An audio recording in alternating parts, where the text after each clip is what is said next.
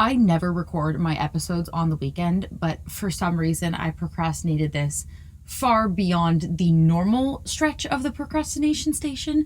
And somebody directly above me, I think, happens to be drilling into my ceiling. So please forgive whatever noises you might hear throughout this podcast. My sincerest apologies. I'm about to stick a broom up into the ceiling to tell them to knock it off. Wait, you've got to be kidding me. Let's get this untwisted. What's up, everybody? Why did I say that like I didn't know how to say hello? What's up, everybody? Welcome back to another episode of Don't Get It Twisted. It is your friend, your foe, perhaps, hopefully not, Taylor Woods, sitting here per usual in my closet on top of a pile of dirty laundry, sitting next to, you guessed it, more dirty laundry, but surrounded by clean clothes. So a balance, okay? That's all we can strive for in this life. I also just had, I'm gonna guess, about 4.5, perhaps 5 or 6 donuts. Keith and I just went to go grab donuts from one of like the best local donutteries, donut shops, whatever you want to call it. And I can't ever just pick one. Like, who can go to a donut store and just pick out one donut? First of all, I don't know what I'm in the mood for. I feel very panicked because there's probably a huge line of people behind me. Everybody just wants to get in and get out of the store so they can take their face mask off faster. And I'm terrible when it comes to decision making, especially when it comes to my food. So you put me in a donut shop, I'm confused, I'm flustered, I pick out 6 because I can't just choose one. So therefore I have to taste test all of them. I eat most of them and I'm on a little bit of a sugar high right now, which is, the best place to be on a Saturday morning, on a sugar high. But not only does that just make me, a little bit full, a little bit hyper off of the donut goodness, but I'm also recording the podcast, 1, because it needs to get done, but also 2, because I have now become a professional staller.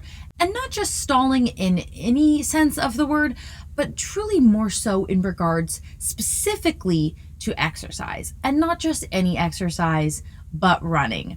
You guessed it. Now, to provide a very short synopsis as to not bore the living heck out of all of you, I started running about, I'm going to say 3 weeks ago or so, and pretty much ever since, I have not been able to shut up about it. I've talked about it in at least, I'm going to say 3 to 4 YouTube videos. I'm pretty sure I've shared it all over my Instagram. If you're listening to the podcast, I know that you probably either follow me on one of those platforms, so you're probably very tired of hearing me talk about me running. But one of my favorite things to do when I run is listen to podcasts. So it felt very, rude of me, truly, to not even mention this on the platform. Because what if you're running to my podcast as we speak? Which, if you are, that's the coolest thing ever. Hello, keep it up, keep moving. But yes, to make a very exaggerated and overtold story short, I have this goal to become a runner, and I think I was just kind of getting really tired of telling myself, I hate running, or I despise running, because I was always that person. Like, there are some people in your life and they are the runner of the group. Like, they might be your good friend, or you might know them in passing because they're on the cross country team, and you don't really get it. You don't understand what they love so much about putting themselves in pain almost. Like, what is it that is enjoyable about running? It's sort of this secret that they all know that we haven't been told yet. Like, the rest of the world doesn't understand why they choose to be in pain. But I feel like I was just tired of not knowing the secret. Like, what is so fascinating about being a runner, and how do I become one? So I figured it would be better for me to just try rather than to live the rest of my life just telling myself I never gave it a fair enough shot. Because here's the thing, nobody just loves to run if you're not a runner to begin with. Like, I always think back to PE, for example, when we had to run the mile, and you had to run the mile to prove that you were, quote unquote, physically fit. But the thing is that you can be very physically fit without needing to run a mile. But if you're not conditioned to do so, then you probably aren't going to succeed at running a mile to begin with.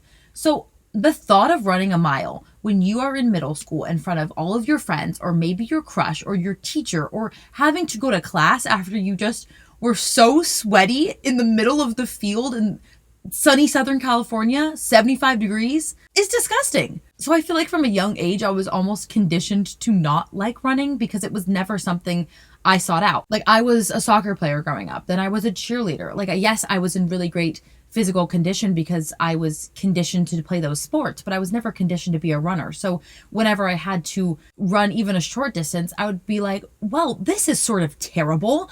Why would I make myself do this? But clearly, I don't know, people like it for a reason. And I don't know. I want to find out what that reason is. I'm tired of just being the one left out. Like my FOMO is acting up. I need to become a runner so I can get a runner's high and I can finally understand what everybody raves about. And it's been, slow and steady wins the race so far. I'm trying to be very methodical and very strategic when it comes to my running plan because I don't want to burn myself out.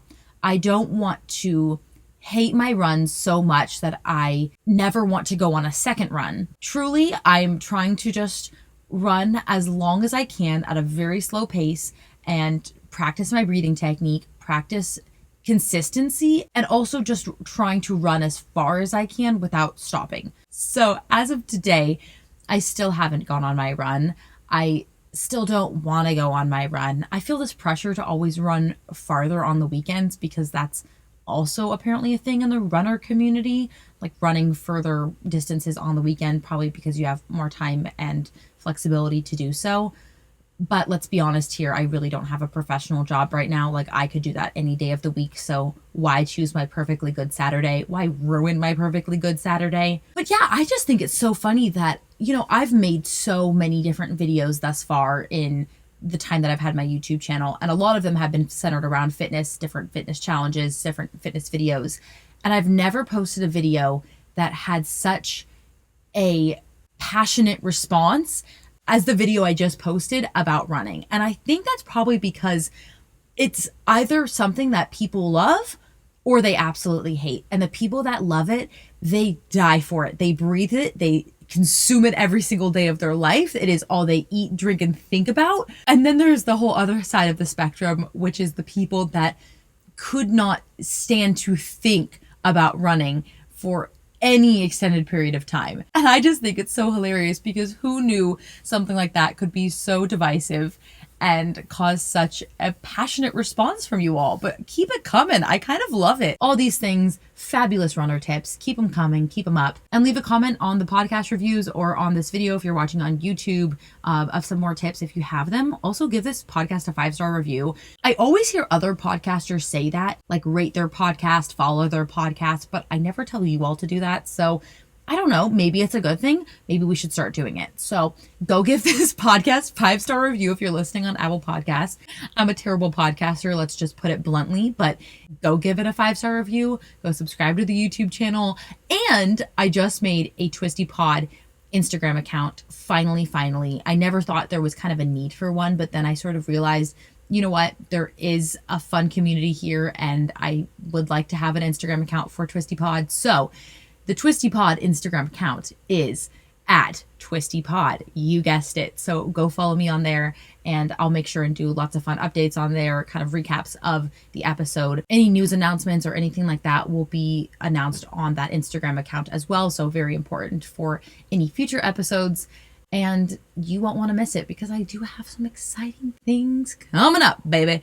But let's just talk for a second hot takes, okay? Now, I posted on my Instagram stories, both the Twisty Pod and Taylor Woods, just a few days ago, asking you all to give me some of your hot takes. And, I guess sometimes I forget that phrases are not as commonly used in layman's speak as they might be on the internet. And I sort of thought, maybe everybody understands what a hot take is. So I just sort of put up this Instagram story. I put up a little question box. I said, you know what? Send me in those hot takes of yours, okay? Send me in the things that you think are a little bit crazy, but maybe other people might not agree with. And I get a message from my sister almost instantaneously. She responds to the Instagram story and she says, now, what's a hot take? And I said, sorry, I forgot you're old. And I was like, you know what? That's actually pretty funny. I'm going to screenshot this and then put that also on my Instagram story because, us young folk might have a little laugh at that. But what I failed to recognize was that actually many of you didn't know what a hot take was. And I couldn't tell you how many messages I got that also said, wait a second here, Miss Taylor, okay? Get your head out of your butt. I also don't know what a hot take is, okay? Geez Louise. So, my apologies there. Truly, that was my internet brain speaking, and I sincerely apologize. Essentially, what I want to take you through is a series of, well, hot takes, which may more commonly be known as unpopular opinions. These are things that, are often hotly debated. A lot of times, let's say everybody in the world loves this one thing, but you are what feels like the only person in the world who does not love that one thing. And sometimes it's important to talk about it. Sometimes it's important to just delve out the fun pop culture in our lives, because honestly, that is one of my biggest guilty pleasures. I love pop culture. I invest too much of my time and energy into learning about pop culture, staying invested and up to date on all things that is influencer or celebrity news. Like, it's just fascinating. I think maybe because it's a world I've just never experienced before, and it's just sort of a lot more fun and more enjoyable to digest than, let's say, like the highly debated and polarizing news cycle that is just always so darn negative. Sometimes I think just focusing on pop culture makes me feel a little bit happier. So maybe that's why I like it so much. But I'm going to pull up your hot takes. I want to hear what you all think are some of your most unpopular opinions. And I'm going to give you my opinion as well, which I feel like is a humongous rarity. Okay. I've mentioned this multiple times, of course, but I am an Enneagram 9. And not only do Enneagram 9s have a humongous problem making decisions, but also we are very interested in listening to all sides of the story. And oftentimes, because we're such people pleasers, the 9 is actually coined the peacemaker, because you just always want peace. You avoid conflict at all cost. Because of this, it's actually very hard for Enneagram 9s to form their own opinion, because they're so likely to want to hear both sides of the story out, and you can see the good in both angles. So this will be interesting, not only because I don't have much of it. So this will be interesting because not only is it hard for me to really dissect truly what is my opinion and not just me listening to the influences of those around me, but also because I don't often like to share hot topics on the internet because I'm afraid of conflict. So let's do this. Unpopular opinion number 1. I don't like Christmas movies. Now, wait, hang on before I get started.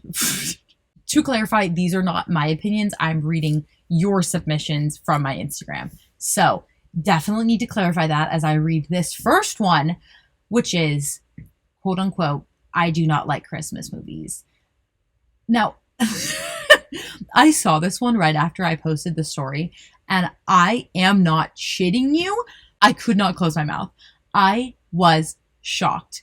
I think, I can understand where you're coming from. I get that maybe every single year you get tired of watching Rudolph the Red-Nosed Reindeer, save the day on Christmas Eve because you know exactly how the story is going to end. If you really think about it, there are very few movies that we consistently rewatch on a yearly basis. Even some of my favorite movies of all time, I rarely would watch more than once a year, if that. So I do get that people might get tired of watching Christmas movies. I'm not sure I understand how you might not like them. Unless, of course, you do not celebrate Christmas, in which case I completely understand. But there's just something beyond magical about Christmas in general. Like, I am so beyond excited for this Christmas in particular because I feel like I am putting so many of my eggs in the Christmas basket because of how shitty 2020 is. I want Christmas season, the entire Christmas holiday, to just save 2020 altogether. Like, absolutely no pressure, but that's just sort of my mindset right now. And I feel like even last year I didn't get to express to you all how much Christmas means to me, how extraordinarily important it is to me. Like, as a human being, as a part of my life, like Christmas is everything. Hopefully we'll have some Christmas content coming for you all very soon. But when it comes to the Christmas movies, I rely on those as my bits of happiness throughout the year. Like I look forward to the days when I can watch Christmas movies all day long in my Christmas pajamas with, like the Yule log on in the background. Like I need the Christmas movies to get me through January through November, I mean, I get that they're cheesy. I do get that side of it, but I feel like that's half the fun. And you sort of just go into it knowing that it's going to be maybe a little bit bad, but it's going to bring you into a better mood. And you're probably going to be a happier person after watching the movie. The more I talk about this one, the more I don't want to rationalize your unpopular opinion. I just love Christmas movies so much, and I am not going to change my stance on that. Christmas is superior. Christmas is the best. I just cannot say enough good things about Christmas. I'm sorry, I don't agree with your unpopular opinion. Wow, that was really hard for me, but I will not put my foot down for Christmas. However, I am not above that in any way. I am obsessed with avocados, but I do think the obsession with something as simple as avocado toast and then charging $12 for it is out of this world extraordinarily awful. Like it's just beyond despicable. Makes absolutely no sense. But I use avocados probably every single day of my life. Also, am I saying that weird? Avocados? Is there a third way? Avocados. Avocado? No, whatever. I love avocados. I don't think they belong in the trash whatsoever. I think they're absolutely scrumdiddlyumptious. I think some people, particularly maybe millennials or Gen Zs, think that they are produced by the gods, which maybe they are, but absolutely not in the trash can. Come on. This one says, it's not fair that men's pants have exact measurements and women's don't. Is that a thing? That actually is a fairly good point. I know, for example, Keith's pants are always measured by his waistband times the length of his pants. Whereas for women's, not only can it sometimes just be, size 0, size 1, 3, 5, whatever, which absolutely makes no sense. Sometimes you could also go with even numbers like 2, 4, 6, 8, but that's different from a 2, 4, 6, 8 on a dress. But I do have some pants that are actually measured by my waistband, but it is very, very rare that I find pants that are measured by their length as well. And that is also so darn annoying, especially for me as a short girl. I have a very hard time finding pants that actually fit my legs. I think I can recount on one hand, maybe one finger, how many pairs of jeans I've ever owned that actually fit my legs. Cuff it till you make it. But yeah, I do find that very infuriating. I would say all across the board, measurements on all clothing is pretty messed up.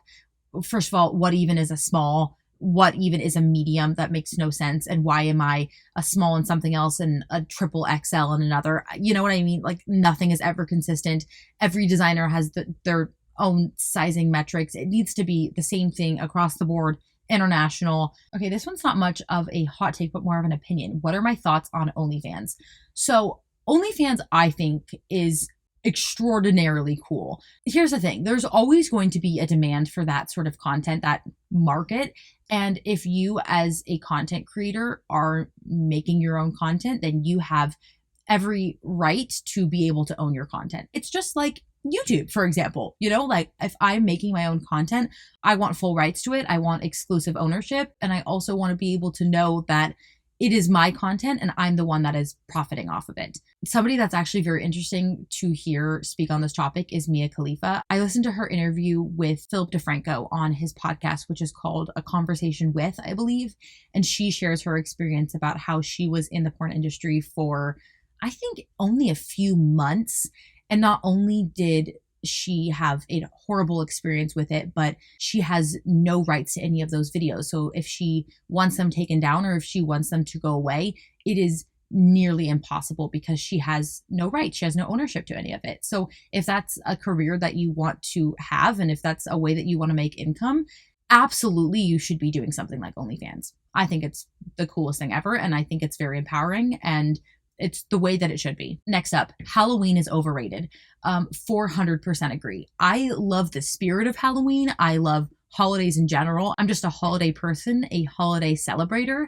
I love the spooky season. I love fall. I love, the vibes of Halloween and whatnot. But The actual day itself to me is equivalent to New Year's Eve and the 4th of July, which is to say that all of those holidays always have the biggest hype around them, that you're supposed to have the best day, the best night ever, and then it always just falls short for me. I always end up having kind of a mediocre time, which is not bad whatsoever, but you put these high expectations on those holidays and always it falls short. So I just stopped putting expectation on having a good time for all three of those things. I would also add in like Memorial Day weekend or Labor Day weekend. Like it's just never that much fun for me. Maybe I'm just not living the best life. Who knows? But the same goes for Halloween. However, I do love Halloween. I love having a fun time getting dressed up. I love hanging out with friends and like putting on costumes and whatnot. That's just a lot more of my personality. I think that's really fun, but I don't think it's the best holiday of the year. By far, in my opinion, that would be Christmas Day. This is a hot take that says workouts that advertise as good for beginners and athletes, but are almost never good for beginners. Like, for example, a certain fitness blogger says, "Oh, you're a beginner? How do you feel about climbing 600 stairs with no stop?" That's actually a very good point and something that I think is almost very absent in the fitness industry. I think that somehow there's almost become like a weird stigma that if you're not up to par at a certain experience level, then doing X program is not good for you. There's definitely a lot of influencers who have modifications in their videos, but from my experience, it sort of seems like the modifications are more injury based than beginner level based, which is a little bit frustrating. But I think there's like this weird line between an influencer wanting to push you because they want to better you, but then also them forgetting that there are so many different levels of expertise and more people are probably beginners than not. I would say there aren't enough fitness influencers who make beginner programs. I think that's definitely something that needs to be highlighted. And I would even argue that there's probably a huge demand in the market for it. So definitely something that needs to be better tapped into. And yeah, it's a pretty bad discrepancy. This one's good. Emily in Paris is overrated. The only good thing were the male actors and clothes. Emily in Paris. Well, I think I watched either all of it or most of it in a single sitting. And it's actually very, very bingeable. I think there's less than 10 episodes. I think they're just about 30 minutes long. So it's not even an hour-long commitment. It's very, very easy to get through. It's one of those like weird guilty pleasures. Like so much about it was so cheesy and so cringeworthy. I would even say like particularly the social media aspect was just like it was just crazy. And it, to me, in my opinion, felt very evident that they didn't have anybody on staff that had a strong like social media background. I would say for season 2, like they absolutely need one because it just felt very apparent that they didn't really know what they were doing. Like it felt so hard, like they were trying to dive into a market that they didn't know what they were doing. I don't know. But I love Lily Collins, so I had really high expectations, and I thought it was going to be really, really cute. But my favorite part was Gabriel. He's the chef. I made a whole TikTok on him. I thought he was the most attractive person in the room. He was so darn interesting, and his accent was adorable. So whenever he wasn't in a scene, I was sad. Like, where was Gabriel? I need more Gabriel. But I just think so much about it was very unrealistic, obviously. And I heard somebody else say, which I totally resonate with, was if this would have come out almost pre-quarantine, it probably would have done a lot better and it probably would have had an even more positive response. But because we're kind of living in this world where we're almost very bitter, even seeing people out and about traveling and whatnot is not only a little bit concerning, but also we're almost like envious of it at this point. So seeing this girl get this dream job, move to Paris, have all of these boys flock over her. She's just wearing, a new designer bag with a new designer coat in every single scene, even though it doesn't seem like she's making much money and lives in like a rabbit hole. It just doesn't seem that interesting anymore because like material items are just not important. And I feel like that's what 2020 has taught us above anything else. I don't know. It just feels very out of touch. It feels almost a little bit insensitive in some ways, but I think like the theme of the show is really cute. Like the idea behind it is kind of fun. And that's the thing is that, yeah, it's kind of a bad show and it's really cheesily written, but something about it was just off. Like almost as if Lily Collins is too much of a movie actress to be good in this quote unquote, like damsel in distress kind of clumsy girl act. Like it just didn't fit right. I loved the clothes, but like that's self-explanatory, obviously. Like, of course, we're going to love Chanel designer bags, but something about it was just so try hard. Like it just felt so unnatural. And maybe if they just stop taking themselves too seriously, season 2 will be really good. But right now, I don't know. But I'm also in that weird mood where I did not absolutely love it, but I also can't wait for season 2. Does that even make sense? Not at all. I think if you're going to watch it, if you haven't yet, you have to just go into it with an open mindset. Even if you're going to be judgmental about it, even if you want to critique, every little fallacy, that's fine, but you're not going to enjoy it if you do it like that. Like just go into it like you would any other TV show. Don't put too much expectation on it and just like it for what it is. It's cute, but it's definitely not the best thing in the world by far. This is a good one. Supplements don't do the work, you do. Honestly, I don't have a huge background in supplements. The only supplements I've ever really taken are protein and here and there a little bit of pre-workout, but I've never taken like creatine or anything like a little bit more extreme, never BCAAs even. Here's the thing, they obviously do something productive. They're obviously helpful in some way, but are they absolutely needed? No, like not in the slightest. Are they going to help you maybe reach your goals perhaps a teeny bit faster? Probably, but in some ways, I also just think it's a total placebo. Like if I take pre-workout and I tell myself, oh my gosh, I just took pre-workout. I also had a coffee. I'm feeling good. I'm feeling amped. Maybe I'm just having a better workout because I'm telling myself that I took pre-workout. So therefore I'm going to have a better workout. Obviously there's more energy in me, but really, like, is it that correlated to better results in the long run? Probably not. Like this hot take says, you still have to do the hard work. Like you still have to put in the time. You still have to go to the gym. You have to have the motivation. You have to still lift the weights. You still have to go on the run. Like the supplements are going to do the work for you. And don't even get me started on like the disgusting industry that is like skinny teas and whatnot. No, don't waste your time. That's not even a hot take. That is a fact. Like no. Here's another one kind of along the same lines. Cleanses are pointless. Enjoy the foods you love and fuel your body. That is one thing I've literally never understood. I don't get the point of a cleanse. I don't understand why they would be needed. Like our body has a natural cleansing organ. Like we know how to do it on our own. I think juice cleanses are all just sort of a scam, or even just like going on any detox even doesn't really make sense to me. I can understand like, trying to get yourself off of added sugar or something. Like that's a totally different story. But when it comes to like, I don't know, cleansing your body, no. Drink some water, do your normal thing, and your body will cleanse itself. Ending on a little bit of a spicy note, what is your view on famous people sharing their political opinions? I don't really have a problem with it. I'm not going to tell people how to use their platforms. I think if you have a platform and you have an important message that you think needs to be shared, then by all means use your platform for good rather than evil. Like if you're going to profit off of your platform selling skinny teas, for example, then you also kind of have a little bit of an obligation to use your platform for good things as well. Like that seems to make sense to me in my brain. But I also think it can be quite dangerous if celebrities would share something and they don't have the full information. They're not fully knowledgeable themselves. They happen to spread, maybe not intentionally, false information. And then there's this whole group of impressionable audience members who see that content, believe it for what it is, and don't take the additional time to do their own research.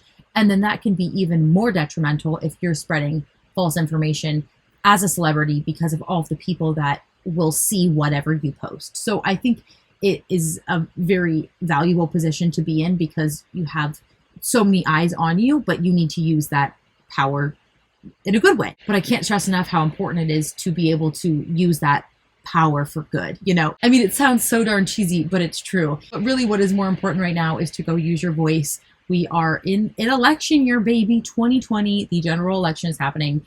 And I think it's very important that you go out and vote. So if you haven't already, go fill out your ballot, send it into the mail, get it done, get whatever you got to do done. Love you all so much. Thank you so much for listening. I hope you have a great rest of your day. Enjoy whatever activity you're doing right now. If you're still on that run, keep it up. I am so proud of you. Love you all. I'll talk to you in the next one.